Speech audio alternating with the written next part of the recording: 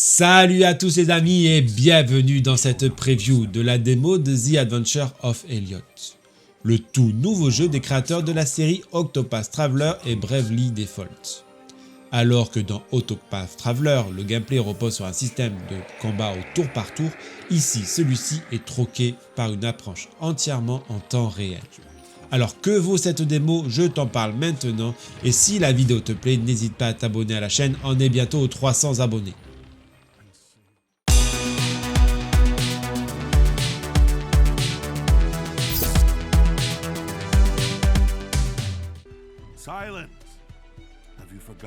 La démo vous permet de jouer l'intégralité du prologue du jeu, et même un peu plus. L'histoire débute avec la découverte de mystérieuses ruines, et Elliot est mandaté par le roi afin de faire la lumière sur ce mystère. Après quelques péripéties, vous découvrez qu'il s'agit de ruines permettant de voyager dans le temps, plus précisément dans le passé pour ce prologue. Je vais volontairement m'arrêter ici pour éviter de vous spoiler davantage ce début d'aventure. L'héritage d'Octopath Traveler est très présent, que ce soit dans les graphismes ou dans l'écriture. Les adeptes de la série ne seront absolument pas dépaysés par la narration du titre. On ressent également une inspiration venant de Bravely Default, avec un personnage secondaire qui rappelle fortement Irai, un personnage marquant de cette série. La démo vous offrira entre 2 et 4 heures de contenu. Environ 2 heures en ligne droite, mais facilement 4 heures si vous prenez le temps d'explorer les premières régions. Car celle-ci regorge de grottes, de ruines et d'énigmes à résoudre. Mais rentrant dans le vif du sujet. Et je dois dire que j'ai été pas mal surpris. Manette en main, le jeu se présente comme un véritable héritier spirituel d'un Zelda 2D.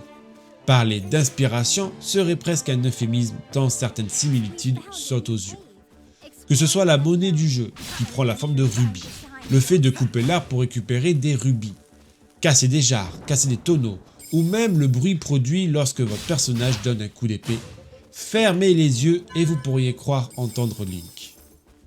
Ajoutez à cela des donjons reposant sur la récupération de clés, une clé simple pour une porte simple, une grosse clé rouge pour accéder au boss. Et vous voilà plongé dans un Zelda 2D sans même vous en rendre compte. Et cela va aussi de pair avec les armes. Quelle surprise après avoir constaté que le jeu était un véritable Zelda Link, de voir notre héros débloquer un arc et même des bombes au cours de ses péripéties. Vous pourrez équiper 2 armes simultanément et alterner entre elles d'une simple pression sur une touche. Et vous pourrez sélectionner les autres armes avec un carrousel. Elliot dispose également d'un bouclier, possédant une jauge de break. Si vous parez trop de coups, cette jauge se vide progressivement, vous rendant alors vulnérable. Si le gameplay est efficace durant ce prologue, il faudra voir sur la durée si celui-ci ne devient pas justement redondant. À cela s'ajoute un système de gemmes à équiper, afin d'améliorer vos armes avec toutes sortes d'effets. Vous pourrez par exemple installer une gemme d'attaque, une gemme de critique, une gemme augmentant la vitesse et bien plus encore. Chacun possède ses propres emplacements et possibilités. Cependant, au cours de cette démo, j'ai été déçu par le bestiaire. En seulement 2 ou 3 heures de jeu, j'ai affronté 2 boss pratiquement identiques, seules leurs armes changées. Et j'ai croisé de nombreuses variantes des mêmes ennemis.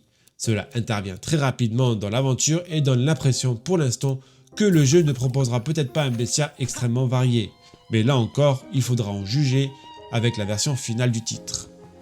Même constat du côté des décors.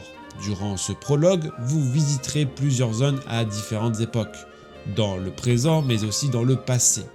Malheureusement, à part un simple changement de palette de couleurs et quelques modifications ici et là, les environnements se ressemblent énormément. Et en voyant cela, une question peut rapidement se poser. Est-ce que la version finale ne risque pas de tomber dans une certaine répétitivité? Car si le principe repose sur la revisite de même zone dans le présent, dans le passé, peut-être même dans le futur, il faudra réussir à proposer suffisamment de différences pour éviter une sensation de recyclage des environnements à explorer. Pour l'instant, ce n'est qu'une impression sur cette démo, mais c'est clairement un point sur lequel j'attendrai le jeu final au tournant.